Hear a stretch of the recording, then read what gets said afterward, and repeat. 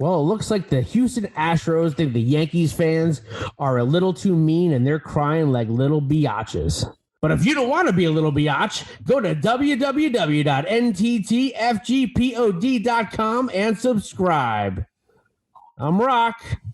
And I'm Archie. Well, our opinions, they might not matter to some, but... What are you doing in there? It's a podcast. Immature, crass, trashy. And those are their good qualities. These poor schmucks are a couple of IQ points away from eating paste. But when it comes to music, sports, and comedy, well, that's all they know. You're listening to Not These Two Fucking Guys. Not These Two Fucking Guys podcast.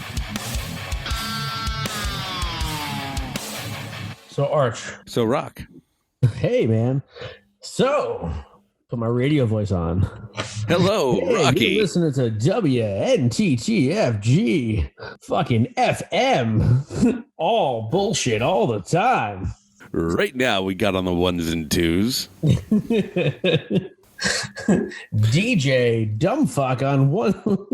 My favorite is back in the day when you used to go to like a nudie bar back in the day, and you used to hear. All right, next we got coming to the stage, Diamond, $2 shot, purple motherfuckers, $5 Coronas, tip your bartenders. Watch the hottest girls in town and home of legs and eggs. Right, dude, you do good impersonation. That is 100% like go-go bar DJ voice. Next, Bubble, Scarlet. Doubled. She'll steal your heart and your money And your fucking wallet. Do you think they talk about that in real? Like they talk like that in real life? Like you're like walking through the mall. Hey, what's up? Hey, man, how are you? Hey, what's going on, my friend? My screen cracked on my phone. Do you guys replace that here? I'd like to return these pair of sneakers. What do you think you got for me? Tell me. They must, though, right? That can't be just like a fucking stage thing, could it? Hey, Steve, where'd you go this weekend? I went out to the Hamptons to visit my family. $2 purple motherfuckers. Really pushing those purple motherfuckers, huh? That's all I remember from back in the day, bro. Yeah. That people they used to come around with that shit fucking liquor, that sweet ass liquor. Yo, one of my fucking favorite times. No, it's the favorite times. It was only lasted a minute or two. This is all going back to fucking 19, 20 years old, 21. Yeah, me and Eric walked into Wiggles. In Belleville, and the sign above Wiggles was legs and eggs.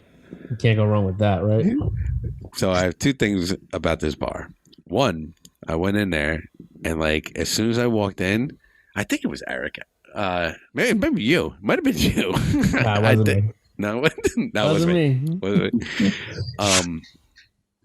She had like bruises all over her leg. And she was the only one up there, and I went, you want to know what? Let's go. This is just weird. This is awkward. I don't know. I don't. Well, so I that was like one of the only times I've ever fucking like drank a Corona so fast. I put it like in my mouth and my nose. I gotta get out of here. So we bounced. In my nose. Well, let me ask you this, and this is what I would love if somebody reaches out to us and tells us, right? So if you're going there in the morning, who has, I'm going to say either the balls or the lack of respect for themselves that they're ordering fucking breakfast at a go-go bar? I need to know, like what kind of human being does that? What kind of makeup do you have to be like, you know what? I want to go look at some girls, but I also want some breakfast. Hey, Legs Steve, where you eggs. going? Get some Taylor Ham and tits. Like what? Yo. And you know they don't have the fucking A squad on for breakfast. Legs and eggs. What? You said there was a banner outside. I swear to God, there was a banner. Wasn't there? Do you remember that? I don't know. I remember seeing a sign. It's probably like a neon sign. It was a sign, but I just remember legs and eggs. I'm not incorrect about that, though, right?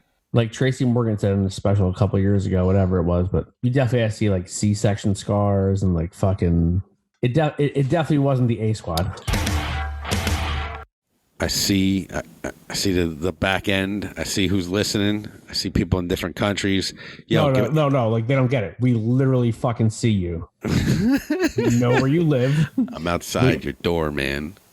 We have fucking Google Earth of your fucking house. Yo, hit us up on Instagram at NTTFGPOD. Hit us up on Gmail, man. Yo, let us know what's going on out there. I want to know what's going on out in France and fucking and Poland. We have a couple listeners out there. Yeah, dude. I gotta say, I'm pleasantly surprised about our reach outside of the good old US of A. Yo, we're like a good fucking New York hardcore band. We're really, really good in the other parts of the fucking world. We're huge in Czechoslovakia. But when we come and play in Nutley, nobody would come see you. Hey, no, that's not true. However, dude, definitely like really love our fans around the world. And I want to, like you said, I want to hear from you guys. Give us a question. Give us a comment. Make fun of us. Do something. Well, I tell you what, in the next week or two, we got some shirts going to hit up on Instagram. Hit us up on Instagram. You're going to see some cool NTTFG fucking shirts, man. Be on the lookout for that. Some apparel. Do you remember a couple weeks ago when I got a tattoo? I posted on our Instagram too. You did. Got some love. One of our guests gave you that tattoo. From one of our guests, John Costco. Shout out to John Costco at Pure Ink. Pure Ink Tattoo, New Jersey. Ledgewood. Check it out. Ledgewood, that's right. Yeah. Ledgewood, New Jersey. Our boy Johnny. I said to myself, I haven't gotten a tattoo in probably like, I don't know, 8 years, 10 years. And has it been that long? Yeah, I think so. It's been quite a while. I know. So I said, you want to know what? I want a little something. I always wanted a skull. I got a skull. But I said, what type of skull do I want? You know? I don't know why. I just wanted some type of skull integrated on me where something. I went, you know what? Getting the fucking Misfit skull. Fuck that. Right on. The Crimson Ghost. So that's why you'd be the foremost authority on our next little segment here. I saw this article and I thought of you. I think of you a lot, actually. Oh, thank you. I think of you too. It's weird. All right. But this was in Revolver Magazine. It was a fan poll of the top 5 Misfits songs of all the times. Of all the times. Of all the times. Well, I enjoyed this little task, this little fun little task you gave me. Archie, give me your top 5 Misfit songs. And it's very hard. And I had to leave a lot of them on the bench. And it was very hard. Well, it is because I like too many, and it was hard. But here's the good part: 5 songs. It's only literally like 3 minutes of listening. You could bang out a Misfits record, and like with a long shit. Yeah. Taking a long shit, like you read a couple articles, a little social media. Next thing you know, you fucking all of a sudden your fucking legs go numb. Yeah, I hate that. Bro, I get up and I walk out like I'm fucking like I got wooden legs, like, and then you can't feel them. It's crazy. Yeah, so we went to both of the Misfits shows. This is like going back now, like probably like 2, 3, 4 years, right? The first reunion that we saw in the Prudential Center in Newark. Yes, I did see them before that. We're talking about the 2 shows that we went to together. Yes. The true love of your life. Yes. The Prudential Center and MSG. Correct. The Prudential Center show. Kind of weird, right? You couldn't bring your phone in, and they did. They locked it in a bag. Yes. How funny was that? How many bags I saw cut open, like fucking thrown on the ground? And yeah, I felt a little awkward doing that. Yeah. I'm wondering if I no, I didn't even leave mine in the car. I did give it to them. I was the jerk off left in the car. I'm like, no, they're gonna take it. But they did take it. Now, to me, that show at the Prudential, it was a good show. I was up in the box a little bit. There was a box on the other side of the I forgot you were fucking bougie for that show. Shout out to my boy Sammy Galiotto for those seats, by the way. Yeah, it was fucking dope. So I got there super early, right? Okay. And got to watch. At this time, it was the first band on was Harley Flanagan. Okay. Right? And at the time, a friend of mine We've played with them before. A really fucking awesome band. Damn Your Eyes. My buddy Artie Alexander was playing guitar for Harley Flanagan at the time. Sweet. So fucking killed it. Awesome fucking set. Like kind of set the tone for the night. And it was cool getting to go to see him at an arena show. You know what I mean? It's like yeah. That's big time. We got to play with them obviously at Brighton Bar. You know, seeing them, their show was awesome. But like getting to see that in an arena was pretty dope. That would be a national level. Yeah. Yeah, that's pretty fucking cool, bro. And you know what? You play that show, your balls are gonna feel good after that show. Oh my god, that set, the half an hour set probably felt like literally 6 seconds. I know. Yeah, that goes by in a blur, and then like 20 years later, you're like, all you have left is like, yo, I played. You don't fucking even remember. Yeah. Yeah, it was great. It was awesome. I had a great time. Show, and then the fucking what I liked I thought it was even better was the MSG show we went to. All right, so the Prudential Center was good. It was cool. The Madison Square Garden show was fucking on fire. It was fucking phenomenal. Yeah, I saw the Misfits 3 times. That time, they were on fire, but it was the best time I saw them in the last like 2-3 years. That night, I was side stage in these these box seats. Yeah. Who brought the bougie fuck to the fucking concert? Funny. But my wife was pregnant. All right. We got it. Got to the back, through this little side entrance, went in, blah, blah, blah. How you doing? Here's the tickets. Or jet black fucking Madison Square Garden tickets. You know, like those big basketball tickets? Yeah. They were jet black, like matte black with the Misfit. It was dope. So you went in the back, you had a good time. You go into this little like luxury booth suite. This is when I used to work at this old ad agency, and I had a nice hookup over there, bro. By ad agency, you mean dildo shop we used to work at. Go ahead. What is it again? What's the name? Big Jim's Dildo Hut and House of Calzones. So branching out, Big Jim. Good for him. Double on the tequila, got some fucking shrimp cocktail, and I watched a punk rock show. That's the shrimp cocktail and tequila is punk rock. Yeah. Anyway. Yeah, but what's so awesome about those shows is like Misfits came up playing like fucking CBGB's, Max's Kansas City, like these little fucking venues that were like iconic. But like, it's so weird because you don't see a giant, like literally underground punk show at a fucking arena. No. Like that's so playing for that kind of punk rock genre, it's very unpunk rock to play in an arena. But like they made it. Like that was like, yeah. I felt like that was like how do you say it? That was like a milestone for them. Oh, absolutely. For the whole genre. When you hear like Doyle talking interviews, like his goal was to play Madison Square Garden, you know?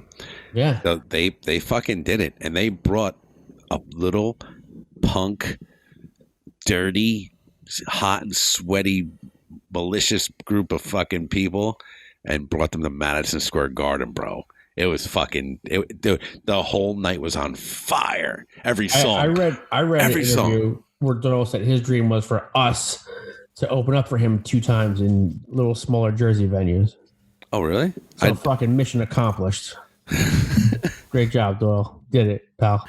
That's right. We did open up for Doyle a couple of times. Yeah, awesome. We almost played with Doyle so much that one show got canceled. Yeah. We almost played with him 3 times. We're like his fucking local opener. And he has no idea who we are. He knows we're Italian like him. Lodi. We talked to Doyle at that at the Revolver Award show. Revolver Golden God Awards. He was like, was it the Revolver? He was all like fucking like all about the West Coast. Was he? Yeah. I didn't talk to him. Yeah, you did. No, you talked to him with Turk. Ah. Okay. I took a picture with him and I blinded him, and he didn't get pissed, but I was like, "Yo, hey Doyle, take a picture." He's like, "Yeah," and he, and it was like pitch black, and I fucking had the flash just bopped us right in the face, and he was like, "Ugh," and I was like, "No, sorry, bye." Yeah, I'll tell you what though, he fucking. So the last show we opened up for him, maybe it was like 2 years ago ish. We walk in to go like set up and put a backline up. There's a fucking weight bench in the middle of the fucking in the middle of the floor off the stage. I'm like, that's weird. I don't remember a fucking weight bench. That's Doyle's thing before the show. He works out. God bless him though, dude. Not for nothing though. Dude looks good. Oh, he looks phenomenal. It looks phenomenal. I saw vegan too. I saw the Misfits at the Nokia Theater when Jerry Only fronted the band, and we got backstage, and I was with my wife, and we were with a couple friends, right? And we get backstage, and I'm like, yo, it's going to be fucking maybe mayhem. Maybe nothing. Mayhem. Nothing. There was actually nothing. There was nobody. There was nobody backstage, and there was there was a weight bench with fucking dumbbells, right? And then we got into the room. We got into the there was like a little after room, the dressing room, I guess. Yeah. And there was a couple people there just chilling, and you couldn't spot a speck of beer for 2 miles. There was nothing. It was just, and whatever. It is what it is. Remember me, you, and Turk photobombed backstage at that Revolver show. Yeah. Doyle, his girlfriend Alyssa. I want to say Christina from Lacuna Coil. Somebody else. And the Butcher Babies. We opened up for them too. We did open up for them. Hey, I think we're a fucking big deal. What do you think? I mean, on paper, it sounds fucking fantastic. They always say you're a big deal in shitland. Dude, best photobomb ever. And Drill always posts that picture too. He does. And the best part about it is, like, if you see when he posts that, we're the third level. We're the last photobomb. Yeah. Because he's like, yeah, man, photobomb. Nah, man. We photobombed. We're back at you, bro. Yeah, we gotta post that on the NTTFG page. Photobomb. So the fans picked the top 5 Misfits songs of all the times. Oh, this is hard. I'm gonna give you what they gave first. Okay. And then I want to hear yours. Okay. I'm gonna give you my 2 cents too. All right, let's go. Number 5, right? So I'm going to say 5 of these songs. 4 of them were fronted and sung by someone who I think is fucking one of my favorite musicians of all times, Mr. Glenn Danzig, a.k.a. Glenn Anzalone from fucking Lodi, New Jersey. From way back. Hanging out at fucking Lodi Pizza. Yeah, so Lodi, you know what the acronym is? And I could say this because I'm Italian. I think almost all, but I mean, you want me to say it? Lodi, go ahead. The land of dirty Italians. Oh, right? Yeah. I wear that like a badge of fucking honor. What's up? Like, dude, put Lodi on the fucking map. Absolutely. Anyway, so 4 to 5 songs Glenn sings. Not surprised, right? And I know you'll know what number 5 is, because it actually is a great song, and it's sung by Michael Graves. And it might be on your list. I don't know. Oh, wow. I do have one Michael Graves on my list. Dig Up Her Bones. Yeah. Good song, dude. Great song. Catchy as shit, right? Great song. 4 is London Dungeon. Fabulous song. Yeah. 3, Astro Zombies. Another great one. 2, Last Caress. The staple. And 1, drum roll. Hybrid Moments. I'm not too far off this list, my friend. Well, listen, it's not to say you wouldn't think you'd be too far from this. No, but I have my 5, and I'm going to give you like just a brief little explanation why that 5, and I'm ready to go. Are you ready to go? Hit it. Number 5 favorite Misfits song. Now, there's a disclaimer with my 5, and the disclaimer is there was other ones that I could put in there, but you know, a list is a list. I had to make it on the fly. It is what it is. Number 5, Dig Up Her Bones, sung by Michael Graves, came out in '97. Why this song? I'll tell you why this song. This song is because I got into the Misfits late, and this was my intro into the Misfits. I hear the song on WSOU, 89.5 Seton Hall Pirate Radio, and I'm like, oh my God, who the fuck is this band? And I'm like, oh, Misfits. Oh, I heard of the Misfits before, which I heard a song before, you know, and I didn't know it. But this was my introduction, and this song is fucking killer. starts off with that howl. In the video, Dig Up Her Bones, Michael Graves was the first Burt McCracken. You know Burt McCracken from The Used? Yes. He looks like... Yes, he does. Like that would be, that was the original Burt McCracken, but it's Michael Graves. I got... What's your number 5? So my number 5. So I here's a spoiler alert. I'm a fucking Danzig fanboy. So number 5 for me is We Are 138. We are 138. I'm gonna sing them all too. I know. I wanted it. I wanted it on there. I wanted it on there. It's almost unfair to say 5, but I know. It was 5. Fuck it. All right. So the number 4 on my top 5 Misfits. Number songs 7 on my top 5 is Hybrid Moments. Yes, great fucking song. Hybrid Moments is a tune that me and my girl used to fucking drive around to and get fucking Jameson hammered. Yes. And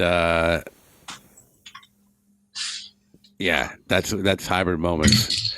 Hybrid Moments it's a great fucking, it's like a fucking awesome windows down drunk sing along song. Totally agree. It is like a driving. We don't advocate drinking and driving. We're not saying that. No. If you're a designated driver and you're a passenger, or even better nowadays, fucking Uber, put on your fucking goddamn headphones. My number 4 is Skulls. I want your skull. Dude, I don't know. To me, like, this song is like horror punk, what they were about. Fucking to the max. I agree. My 3rd on my top 5 Misfits list is London Dungeon. Yeah. Burn, burn, burn, burn, burn, burn. Almost like a fucking Munsters type of guitar riff. Yeah. But I like the guitar riff, and what's really cool about that song is that when I always liked it, but when I found out what it was about, I was like, oh shit, that's pretty dope. So tell them all out there what's about, pal. When they went over to tour with another band, I believe there was a mix-up that they weren't even playing, and they ended up in the UK in a jail, and I think they spent the night there, if I'm not mistaken. And yes. This is about London Dungeon, about being in prison for a night. I was like, this is pretty dope, but it's a good song. So my number 3 pick, for some reason, I don't know what it is, but a place that we hold near and dear to our hearts in North New Jersey, where we're from, where we played fucking a million times, Connections. Okay. We called it Connections in Clifton, but really it was probably Passaic. Yeah. I love Connections. That was like our whole, we were like the house band at some point. Yep. But for some reason, I don't know why, I attribute this song with that place. I ain't no goddamn son of a bitch. Where Eagles motherfucking dare. Yeah. I feel like that was the theme song of that place. Great song. Absolutely. Right? That is absolutely a Connections. You walk in there, you would hear that song playing. And you would be like, yo, let's play some pool. I miss that place. Oh, fucking definitely miss that place. Dingbats is a close second up there after Connections. Yeah. But Dingbats a good time. But Dingbat, Connections. Let me tell you something. We have super love for Dingbats, and not knocking Connections, but like Dingbats got the vibe of Connections, but did everything like more polished. Nice way to put it. That's a nice way to put it. My second song of my top 5 Misfits is Last Caress. Yeah. Because this was the song I heard first that I didn't know who they were years and years and years and years ago. So I got introduced with Dig Up Her Bones, like, oh, this is the Misfits. When I went back and listened to the Misfits to see who the other singer was and all that shit, I'm like, oh, I got something to say. And then I went, wait a minute. Metallica does that song too. That's a Metallica song. That's a Metallica. No. But yeah, so Last Caress is like the fucking OG staple of the Misfits for me. And then we got to play it too. Live. Yeah. So it comes full circle. It's an awesome song. I like it. Real quick, I think we need to give 100% credit to, not saying for keeping the Misfits relevant, but like Metallica really, really, really put Misfits over as far as like, you know, that was Cliff Burton's favorite band. Like Metallica covered Last Caress and Green Hell. And like they really like, at that time, I mean, the Misfits were like a niche act in like this area, right? Yeah. Horror punk, but like, I feel like Metallica really, really, really gave them more of an audience by covering their songs. 100%. Plus, wearing the shirts. And they're still great friends to this day. Are they really? Well, I mean... Did you meet them for a cheesesteak somewhere? Do you know this? Well, let me tell you something. Danzig likes like 3 people in the whole world. And James Hetfield is one of them. So... Got it. That says something, right? My number 2 is... if I hear it in the morning, I will knock it out of my fucking head. Da, da, da, my darling. Dude. Metallica? Oh, boy. More Metallica, right? They covered that, too. Fuck. Oh, yes. I don't know. Just a great song. It's like, I love the... After the da, da, da, da, and then I'll be seeing you. And you hear the... Da, da, da, da, da, da, da, da. In hell, like it's like the build up and like fucking release. I don't know, just love it. Fucking great song. It's if you listen to it, it's like it's got that Ramones riff. Yeah. And then there's this like a and then so my number 1, and the reason why this is number 1 is because I always liked this song. But the last Madison Square Garden show, when I saw this song live, it was stupid. It was just fucking, the arena was stupid, and it was an electrifying moment for me that solidified the Misfits, just slayed Madison Square Garden, and it's Skulls. Fuck yeah.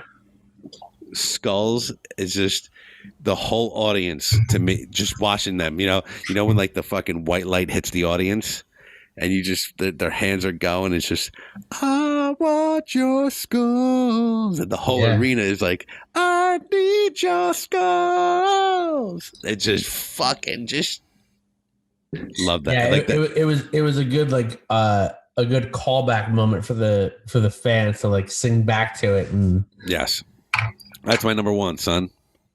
I'll tell you what, in that show too, man, I really was impressed with Danzig. How he was good, man. He was good. You know, people were kind of like talking shit about the show at Prudential. Oh, he's out of breath. He was this, he was that.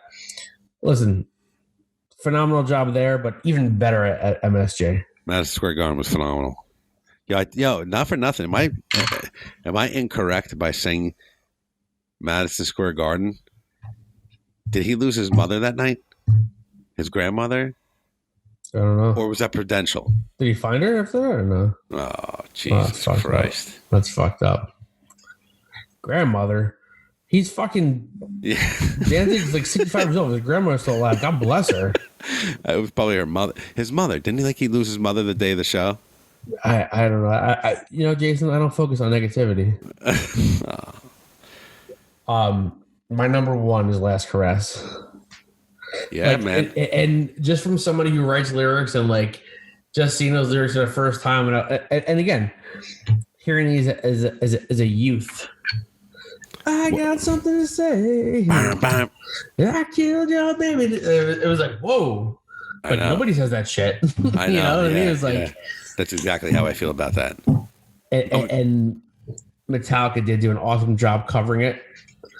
And like specifically that song, like I love the tone of James Hetfield's voice covering that song. Like that era was like the fucking right on. That was my high watermark for Metallica. But dude, what a great song. Like, and now you watch like the video that's put to it is like it looks like Happy Days, like fucking like like a 60s sock hop. Like a very evil, interesting dark lyric song. All right, man. It was hard. It was very hard for us, but we got it done. Our top 5 Misfits songs. Anybody out there that would love to join in, we would love to hear your top 5 Misfits songs. Hit us up on Instagram at NTTFGPOD or hit us up NTTFGPOD@gmail.com. Hit us up. Let us know your top 5 Misfits songs, and we'll give you a little shout out. We want to hear it. We want to hear it. I'm gonna say here right now, as 2 lifelong Jersey boys, people may say the Boss is number 1. You might say that. I'm gonna say the Misfits coming over fucking Springsteen and Bon Jovi. What's up? Fight me.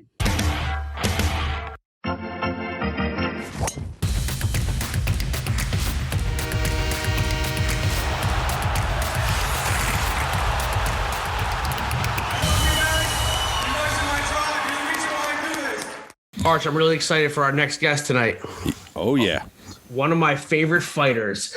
This woman is a veteran of the Invicta Fighting Championship, the Ultimate Fighter, and is a current standout in the UFC's women's bantamweight division.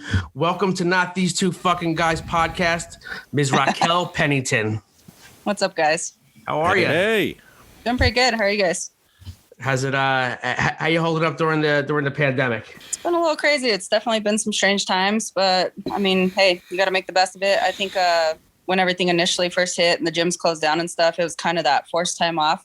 So it was actually really nice. And then kind of just getting back into the swing of things. I mean, obviously, it's been weird. It's kind of weird to think of what life was like before you had to wear masks everywhere, huh? Yeah. Sure. I'm still leaving my mask in the car if I get into a store, right? And then when you do forget it, and you walk in the store, you get like that panic, like, oh my God, they're gonna think I'm an asshole. I better go. You know, I'm not even joking around. There was a couple times like I got masked, but then like I have like a bandana mask, you know, just a bandana. How many times I'm tying a black bandana mask and I'm about to walk in a bank just to do my banking, and I'm like, I look like I'm fucking holding up the joint. That's pretty funny. So let's get right into it. You're actually serving a USADA suspension right now.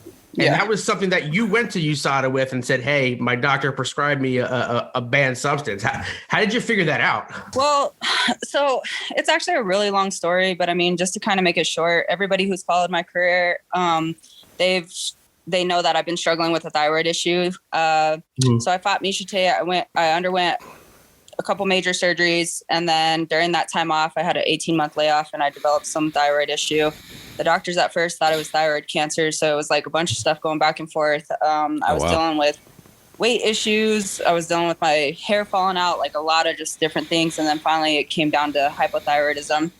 They put me on some medicine for it. And then it started to regulate on its own. Well, then I don't like taking anything. I've always been natural with anything. Like I even hate vitamins and stuff. So I'm very minimal with what I put in my body.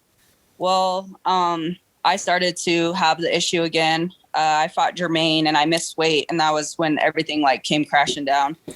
So then multiple doctors again, UFC was involved with it and stuff. And then this time around, it just the same thing. My hair started falling out again. My weight started changing. Like couldn't figure out what was going on. It didn't matter how I was eating. It didn't matter how I was training. Like I bust my ass constantly, but my body was just doing the complete opposite. And it was getting really frustrating. I mean, being a professional athlete and especially fighting at 135, like I need my weight to work with me, you know? And so a lot of people, they look at me, they're like, oh, you're small for a 135er, but I'm actually very dense. Like I walk 155 solid. And so like, it's important for my weight. So I seen a hormone specialist. And basically, like my testosterone levels and a bunch of stuff were just really off. And so pretty much what they wanted to do was just try to balance my hormone levels and get my body to recognize that it should be producing stuff Okay. Well, they put me on it was supposed to be like a very small dose. So like people can change their bodies at like 400 milligrams or whatever it is of testosterone. She wanted to put me on 5. That was it, just 5, to get my body to understand that it should start producing that. And then a couple other things and some natural like vitamin D, boron, like different things to kind of get it going. And so I was taking them. Well, I'm the type that like I just put if I'm going to take something, I put it in one of the little containers so I could just pop it all out Monday, once. Tuesday, Wednesday, Thursday, Friday. Yeah. So I was actually filling that back up, and I was looking at the bottle and I was like, what is this 7 keto DHEA? Like, it didn't even click to me because, I mean, you guys got to understand that at this rate, like, I want to be healthy and, like, we're just trying to figure something out. And so I ended up Googling it. And when I Googled it, the first thing that popped up says banned with USADA and WADA. And so I freaked out. And I called UFC and I was talking to them. And, again, they understood the whole thyroid stuff and the history. Yeah. And I was like, can I get a TUE for this? And like we went through everything, and then they were like, well, we're gonna have to call USADA. And it's like, okay, so we called USADA, and then of course they turn it into so much more. And then the way that the world sees things, it's like, oh, you're a doper and everything else. But I mean, 7 keto DHEA is like pretty much considered a fat burner, so wow, I'm gonna sweat more. But the other effects of it is it increases the activity of the thyroid, which I was trying to use it for. So got it. Yeah, they ended up giving me the retroactive suspension of 6 months. I mean, apparently, like with this situation, normally people get around like 2 years, but it's crazy. And they wouldn't give you an exemption because you were prescribed that. No. Nope, they wouldn't give me the exemption, so I don't understand what the TUE program is for. But I mean,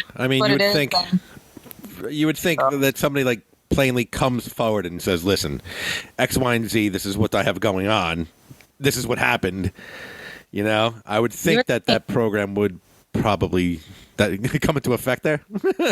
You would think, but I mean, it's kind of one of those situations. Look at the whole thing with all the guys who've been suspended for marijuana, and now marijuana is not an issue. Like, things to where people are figuring it out. But you have those athletes who have ruined it for other athletes. And so they're the ones actually doing stupid shit. And then you got who are just kind of trying to take care of their health, and we all kind of get punished for it. So I tell you what, you're a better person than me. I would have Googled it, saw the list, and been like, whoopsies. And then went about my day. And then when you got caught, what? Wait, what? Who? Yeah, right. So the suspension is up May 7th. Is that right? May 17th. May 17th. Okay. Do you have anything in the works right now that you could talk about?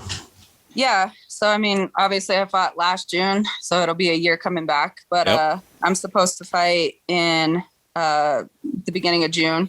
So I'm trying to get back out there as soon as this is up. Great. So you cut 20 pounds for each fight, you're saying, if you walk around? Yeah. Wow. Okay. So that's a pretty sizable cut. Yeah. You know, we talked to a bunch of fighters, and that seems to be like the average of like, you know, 10 pounds, 15 pounds, 20's do you find the cuts getting tougher and tougher, especially with your condition? Yeah, they've definitely gotten tougher. And then just being a female athlete, like our hormones are a lot different than the guys. So, I mean, our bodies work different and stuff. And as I'm getting older, like it's definitely tougher. Got to stay a lot more disciplined with everything. And, you know, I mean, for my genetics, like, I don't walk thin. I'm Hispanic, and I always joke about my little next-year-old being my reserved energy, but like it does make it hard. And so, you know, I have a great nutritionist who stands behind me, and then of course my coaches, like all of them, they've all been in the sport and they really understand when it comes to the weight cut, and then they've been around me for years. So, you know, we have a method to the madness, and we just usually I like shorter fight camps, but the thing is with the shorter fight camps is the weight. So when they call me on a 4 weeks notice, like I'm game to fight anybody, but it's always like, I don't even care about the skill level. It's about my weight cut. And so majority of the fight camp is like really focused on the weight. Speaking of, you'll fight anybody. And that's, I'm pretty sure that's what, you know, makes you one of my favorite fighters is like, I know there's no easy fights in UFC. I get that. It's professionals, but Jesus, I mean, do you ever give yourself a break? I mean, you fought literally the who's who of martial arts. I mean, Holly Holm, Aldana, GDR, Amanda Nunes, Misha Tate, someone who's fighting tonight, Jessica Andrade. And the list goes on and on. But like, it seems like every fight for you is literally a top contender. And is that by design?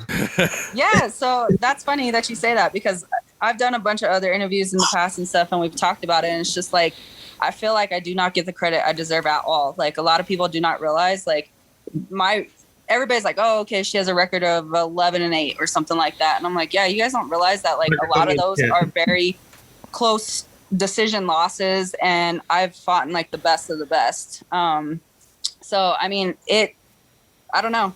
I think obviously, like, I deserve to be where I'm at, and UFC sees that, and I've been given a lot of these opportunities against all these great opponents. And I mean, I've been within the top 10 since I pretty much started my career in the UFC, and I've held that position. So I don't know. It's kind of fun to look back on the credentials and all the things that I've done throughout these years. Yeah, I feel like that's going to be your legacy, and that's something that you can take pride in, because I can tell you the names that I listed off, all these girls are not fighting the top contenders every time. And I'm talking about even, and I don't want to talk about anybody, but even, some that are champions now are fighting contenders that may not necessarily should be fighting for the title in people's opinion. I'm leaving that out there. With you. No, I'm right there with you. I'm leaving that out there. So,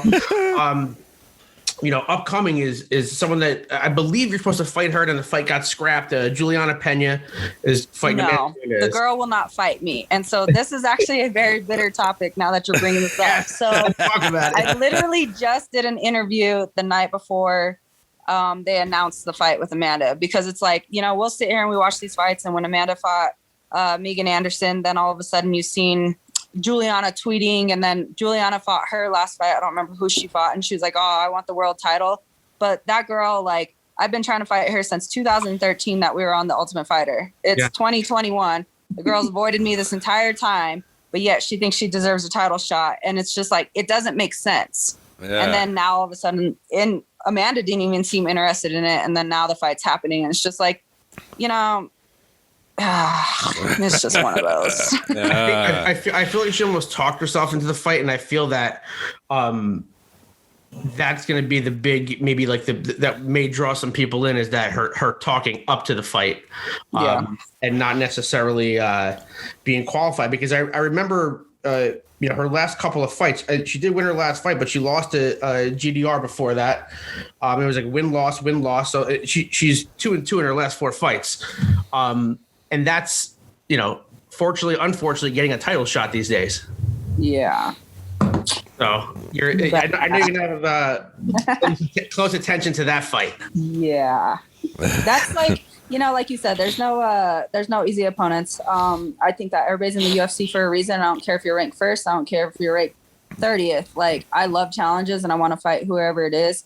But I mean, for that girl being within the top 10 for however long and just like ducking a bullet, like, it just frustrates me. I mean, obviously we all want to climb to the top and we all want to fight for the world title, but I feel like she should have had to go through me before she can get that opportunity. Yeah, sure.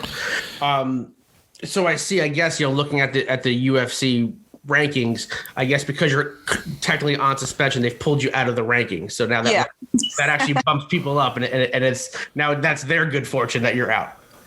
Yeah, I mean, it looks good for them, but as soon as May 17th comes up, from what UFC told me, I'll be put right back where I was taken out of. So I'll be right back to 4th. Awesome. So let's jump back. Let's talk about your time on The Ultimate Fighter. Definitely a unique experience that the majority of mixed martial artists don't go through, but you did. And we've talked to a bunch of fighters that have been in the tough house, and that they just talked about what it was like, and no TV and lots of alcohol and all that, all the stuff that goes along with it. No phone, right? Yeah, no phone. Although Rich Clementi said he snuck one in. Yeah. like it's jail. Listen, I thought about doing the same thing. I was like, wait a minute, we're doing what? And but they come around, they actually collect your phones and stuff. And at one point, like, I wasn't ready to give up my phone before we were still at the hotel. And I was like, my mom has my phone. They called my mom and they were like, we need Raquel's phone. And I was like, oh. Really? Like, it's pretty strict. It's definitely a unique experience. I think it was something that allowed me the opportunity to really spread my wings and to really focus on what I was doing. It gave me the opportunity to be around a bunch of other people with that same drive and determination, and like just the will to like focus on our craft. And so we were taken out of our norm, obviously. And yeah, like you guys said, no phones, no TV, no magazines, no books, like no music, no nothing. So it forced us to have to interact with each other. It was definitely different. I mean, it was recorded in such a short period of time. So we're out there for 7 weeks. You're put into a house where you're living with people of all different personality types, people that you may not even know. And for my season, I mean, obviously we had the guys, so it was a co-ed season. I think that they were expecting something completely different off of that season, but we kind of had a well balance, just with the attitudes and stuff like that. I think they were expecting like all these hookups and all the crazy drama and stuff. But I mean, for the most part, everybody got along really good. Juliana was the only one that like outcasted herself. And at one point on the show, like I did try to befriend her and like talk to her because I felt bad for her. But I mean, she brought that shit on herself. So at some point I was just like, you know what, like we got stuck in the same room together, but our personality types do not match. Like, don't talk to me, respect my space, and I'll respect yours. But other than that, I mean, it was just one of those things to where you had to grind. Like you woke up in the morning, you had to go to the gym, you came home, you went through your whole little routine of eating, resting, whatever, interacting with other fighters. And then you were back at the gym. You couldn't leave the house. And then, it was just one of those things to where you always had to be ready to make weight. If they called your number, like you had to jump on the scale the next day. So everybody had to maintain, like you had to find a balance, but then all of a sudden it's like Christmas every night. You can order whatever you want. So you have some athletes that they just don't have to worry about their weight and they're ordering all the goodies, and you wake up in the morning and see everything on the table. And then you have the other ones. We had Jessamine Duke and Peggy Morgan, I think her last name was. So everybody was calling them the Twin Towers in the house because they were just tall and lengthy. And these poor girls were walking around just eating like rabbits. They were just walking around eating spinach and berries and just everybody like it was definitely a different experience. But for me, it was a really cool experience. Like I said, it gave me the opportunity to kind of really understand like what I wanted to do. It forced me to learn how to control some of my emotions and, you know, the comfort of having my coaches or my family in those moments where they would just like really comfort me getting ready to go into a fight. I mean, I remember my first fight against Jessamine Duke where we won fight of the season. We fought on a Monday at 1:00 in the afternoon, and we were sitting there having lunch together. And I'm like, man, my family has no clue that I'm about to walk into this octagon and I'm over here going to fight.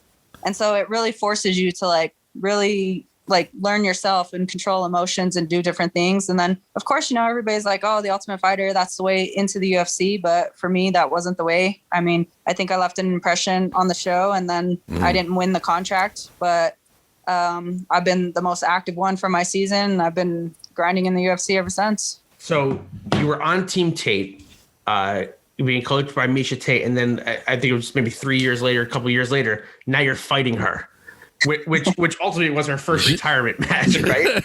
So how did that feel? You know, having the connection of you know, training, and again, for the cameras, I don't know how much actual training the head coaches actually do, but you know, you were on her team, and now now you have to fight her. You know, Misha interacted with the team a lot. Like she was she was a good coach, and the guys that she brought in, like the whole coaching staff, I mean, it was an overall really great experience.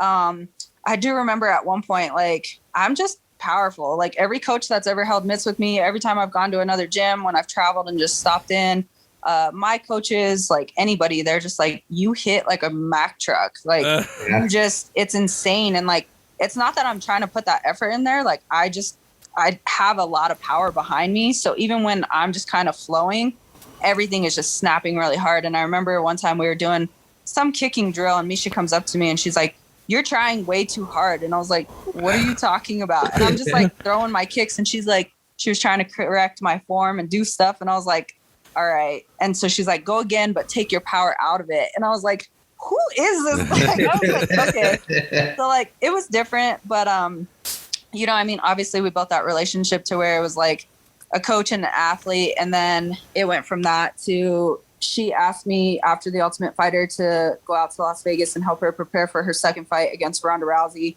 So I went out there, and then after that fight, I think I was out in Vegas for almost a month helping her with that. And then after that, UFC calls me and they're like, "Hey, Misha actually called and wants to fight you." And I was like, "Oh, all right." Okay. And then, I mean, it was just that cool opportunity, you know? I mean, we had a huge storyline behind us. And then that's when UFC got the opportunity to fight at Madison Square Garden for the first time. So it was making history. And I was like, all right, let's go. But it was definitely weird. When I got to New York, I had to kind of put that like bitch face on. Like I'm very like, I love people. I love to talk to people. So then all of a sudden have a relationship. I remember like she kept trying to talk to me. We were lined up for weigh-ins and she's like standing behind me trying to talk to me. And I was just like giving her the cold shoulder. Like I had to put like an emotional barrier up to interesting. be able to go out there. Yeah. Yeah, it's that had to be a weird experience. And now again, we always like are so interested in what's in a fighter's head of, you know, some fighters have to be, you know, have to hate you to fight you. Some fighters could be, you know, like joking, and the bell rings and it's time to time to get it. Yeah, you know, I mean, it was kind of like that, but so I had to kind of put it in my mind that like obviously like we built our friendship and we built our relationship off of we met in the sport, and at some point like this was obviously going to happen. So it's kind of one of those things. I mean, the same thing when I fought Amanda. Me and Amanda have known each other for years. We've always supported each other's careers, and then I mean, it came down to obviously us fighting, and UFC like really built it off our friendship. And it's different. It's definitely different when you're building relationships in the sport, but then at some point, you know that you're going to face each other and you're going to try to knock each other's heads off. You think that affected you in the Amanda fight because you're friends with her? It was a very good fight, right? And most people weren't lasting that long with Amanda, or still don't. You know, do you think that it's just a couple of adjustments on your part, and then hopefully you get that rematch and it will turn out different? So the fight with Amanda for me, you know, that was coming back from my hard layoff. It was coming back from the 18 months off. It was coming back from developing the thyroid issue. And then going into such a high profile fight, I called UFC and I wanted a fight to like get back in there, to knock off the rust and like start feeling like myself and like pick up where I left off. And they were just like, hey, like they were very pushy with the world title fight. And I mean, of course, that's the ultimate goal. So how do you really want to turn down a world title shot? You know what I mean? Yeah. We were actually originally scheduled to fight in December, and then I broke my leg at the end of October. And I've been in battles where I've had broken hands, I've had fractured forearms, I've had cuts, and like it's never fazed me. But I took when I sustained that leg injury, I actually barely avoided amputation. I had a lot of nerve damage done. There was a lot more that went behind it. And so that happened October 23rd. And then UFC was calling and wanted me to fight February. Then they wanted me to fight the beginning of March. And I was like, listen, well, then on top of that, I mean, being me and going through all the stuff that I went through with the layoff and the surgeries, like I just wanted to get out there. So honestly, I came back way soon for that fight in May. And in the first round, in the first minute, Amanda kicked exactly where my leg was broken, where I took the damage. And I have never experienced something like that. And I fell. And it felt like my leg was broke all over again. The nerve damage was one of a kind. Like I cannot even explain it. And my body like actually just like went into like fight or flight mode. Like it just, just went defensive and I couldn't think of anything. And like I said, I mean, I've still been fighting girls with a broken right hand and throwing it right in their face and dealing with it afterwards. And, you know, I can push through certain pain, but that was one of a kind. And I stood back up and she kicked it a second time. And it was just like, it was game over. Like to actually feel Amanda, feel her punches. Like I want that second rematch. I most definitely, because I feel like that fight can be 100% different, but I definitely needed to give myself time. And, you know, I carried a lot of emotions from that because knowing how I felt in there. And that was the reason that in the fourth round going into the fifth, I told my coaches I didn't want to fight anymore because every time I sat down, it took everything I had to stand up. Like the pain was up my hip and I couldn't figure out what the hell was going on. And so that was one fight that I couldn't watch for a very long time. I felt like I was almost like a punching bag. I felt there was a lot of emotions in there. And then when quarantine hit, ESPN was playing all these fights and my fight came on and I actually forced myself to watch it.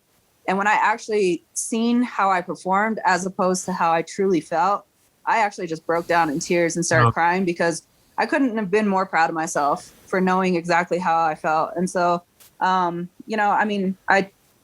that, it was just kind of the same thing. Like that fight happened, and then my thyroid issue got really bad, and I kind of forced myself into the fight with Jermaine, and I can't remember that fight to save my life. Like my health was really bad at that point.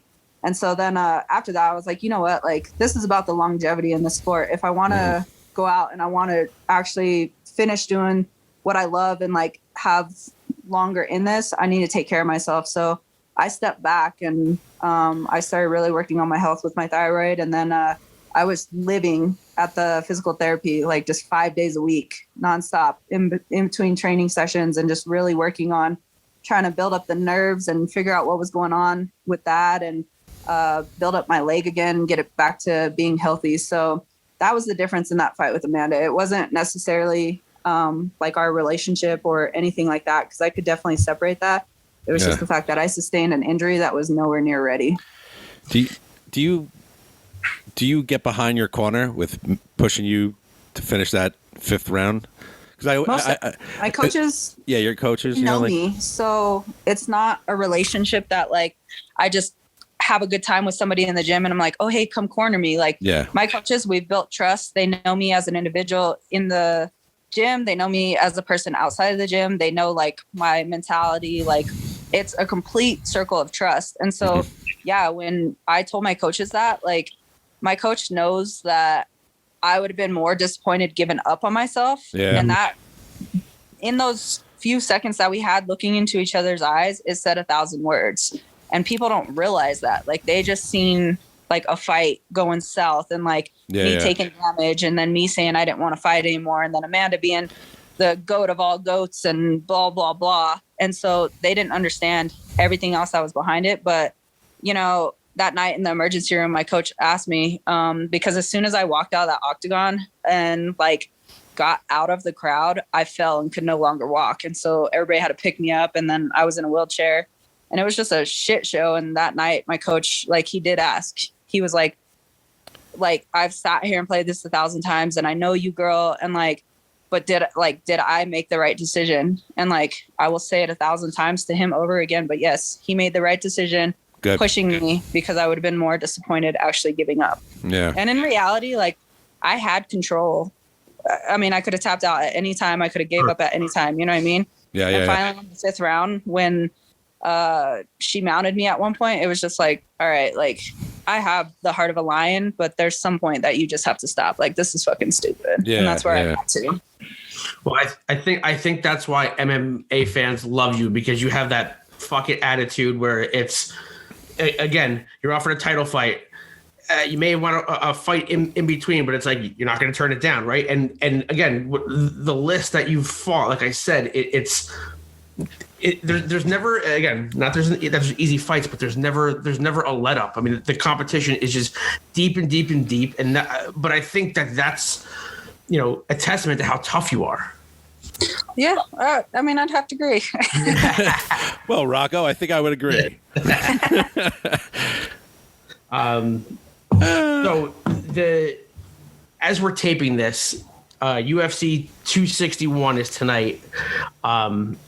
Couple of a good female title fights, Rose Namajunas and Zhang, and Valentina Shevchenko, and someone that you beat, Jessica Andrade. Any picks on those fights? Let me tell you, I'm so excited for tonight's fights. I'm counting down the minutes. Like I'm like, are we here yet? Yeah. Just knowing Rose all these years, I mean, Rose is my girl, and I'm so proud of her. I feel like this is definitely her opportunity to get to come home as the champion again. I mean, Rose is, everybody loves Rose for one. But then, I mean, she is one hell of a fighter, and like her mental state, like, yeah, she's super emotional and stuff like that. But when it comes to game time, like she can definitely pull herself together. Freaking, I will say though, like Zhang, she's on a new level. Like she is a hell of a fighter. I mean, I'm a fan for sure. And so of course, supporting Rose, loving Rose, her being my girl, 100% going for her. But I think it is going to be an amazing fight. I think it can definitely outdo the fight with Joanna. Yeah, with Joanna and Zhang. So It's definitely going to be fireworks and something to look forward to. I think with Valentina and Andrade, I mean, shit, for Andrade being so damn small and short, like that girl is one of a kind, powerful. She's, for her dropping divisions and me fighting her twice, like she's definitely one of the harder hitting females I've ever gone against. Our second fight together, we both took it on a 3 weeks notice. And like, that was probably one of the most fast-paced fights I've ever been in, because she just doesn't stop. Like, it's just swinging. So you have to be like ready for it all. So I think it's going to be an interesting matchup, given the fact of the way that Valentina fights. Like, Valentina is she's very technical in every area. She's very smart. She's skilled everywhere, but she's also a counter fighter. She waits and she watches and she sets up every move. And it's just like, she's constantly taking pictures. But then you just have Andrade, who she's going to come in as a bulldog and be aggressive as always. And she's powerful. Once she gets her hands on you, it doesn't matter who you are. Like, you're going to go flying. I don't care what kind of takedown defense you are. You're probably going to go flying at least once or twice. And so I think it's definitely going to be an interesting matchup to see, because Valentina, everybody that she's fought hasn't brought that level of aggression towards her. Everybody kind of settles in place with her, and it's this tit for tat game. And so to see Andrade like not give a crap about anybody else's game plan and always just focuses on coming forward, it'll be interesting. And I mean, you know, I wish them both the best of luck, and I think that either one has that opportunity. So, do you think like, and I think the X factor with the Rose fight with Zhang, Zhang's last fight with Joanna, do you think that like is could that break somebody mentally? Like, yeah, awesome performance, but that was a friggin' war, right? And people say that's a career shortening fight, and you know. Do you think like some fighters like get back in there and like, shit, I don't want to go through that again? You know, I think some. I think I don't know. I mean, some kind of feed off of that, and it's just like, well, we already put on one of the best and biggest fights of our career. Like, nothing else is going to kind of phase us, type thing. Sure. So I don't know. I mean, it can play to the mentality a few different ways, but I think you know, like I said earlier, I think Zhang, she just, to see the way that she stepped up, like, you have this girl who she just kind of, the first time I heard about her honestly was when she fought Tisha, and I was just like, okay, this girl's talented, like she's cool. And so like, you know, I watched that fight very closely and like just watched the way she moved, and then all of a sudden it just seems like she shifted some crazy ass gear. Yeah. So then I watch her against Joanna, and to see what a great striker Joanna is, and the way that Zhang just like stepped up. And then all of a sudden when she fights Jessica Andrade and just turns up that level of aggression, shuts down Andrade's level of aggression, pretty much TKOs her, like it, you know, it's definitely one of those things to where Rose definitely needs to focus. She needs to bring her A game, but Rose is very sharp in the mind when she wants to be, and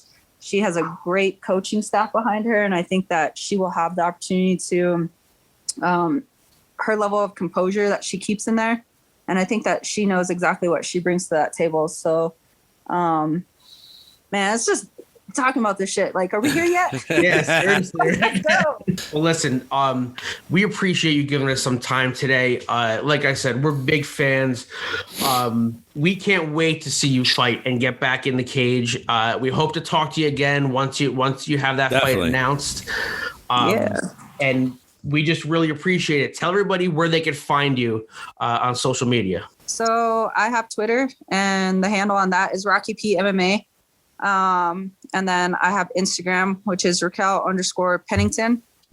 Usually I'm on there. I try to stay pretty interactive with my fans. I love interacting with everybody as much as I can. It gets a little crazy on there. And I also like to live in the moment, so I don't spend my whole life on social media. But yeah, that's where I'm at if you guys want to chat. Are you out in Colorado? I am. Yeah. One of my bucket list is Red Rocks. I got to see a show there. For a concert? I have to see a fucking show there. You will not be disappointed. You will not be disappointed. My wife's aunt lives in, I think, Centennial. Does that sound familiar? Centennial, Colorado. Yeah. And she'll send us, hey, just to let you know, it's opening up. Come fly out here. We're in Jersey. I don't know if you knew that, but come fly out here. It's starting to open up. Let's go. And I'm like, Red Rocks. It's a bucket list for me. I would highly recommend it. I would highly recommend that you make that happen. You won't be disappointed. Nice. It's my favorite venue. Awesome. I was born and raised in Colorado, and I've been everywhere, and I've gone to like a lot of different places, but there's nothing like that venue. I see pictures. I see video.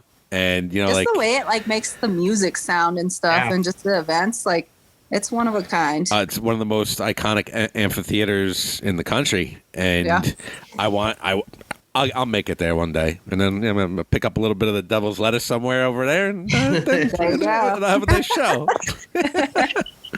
Well, listen, enjoy the fights tonight. Thank you again. And we'll talk soon.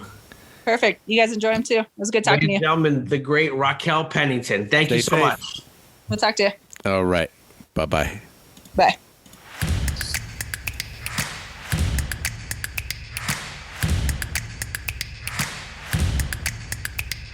Ladies and gentlemen, the great Raquel Pennington. It's so ironic that my co-host Rocky has the same nickname as the guest Rocky.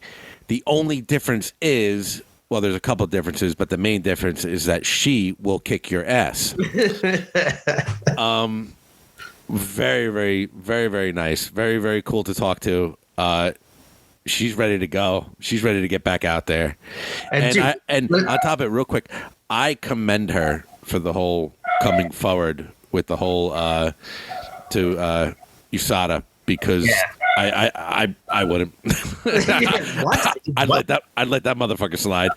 Yeah. But really, really, really, really chill to talk to. Yeah, and like I said, not just saying, she fought the toughest of the toughest females that the sport has to offer. Yep. And a lot of these, a couple of her decision losses or split decisions, and I'm like, and again, I had the fights going the other way, but that's what it's the business, I guess. Yeah. So with that being said, Rock, what do you have to say to the people? If you just heard us talking to our girl Raquel and you say, what the hell? Because you feel swell like Chris Cornell giving a yell that puts you under a spell and makes you rebel, then you just listen to Not These Two Fucking Guys podcast.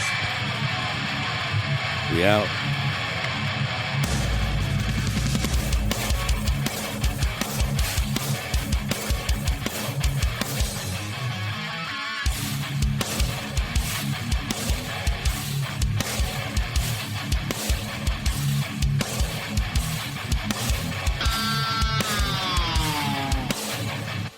You did a good thing. You did a good thing for a bad man. That's why you're my favorite, Rock.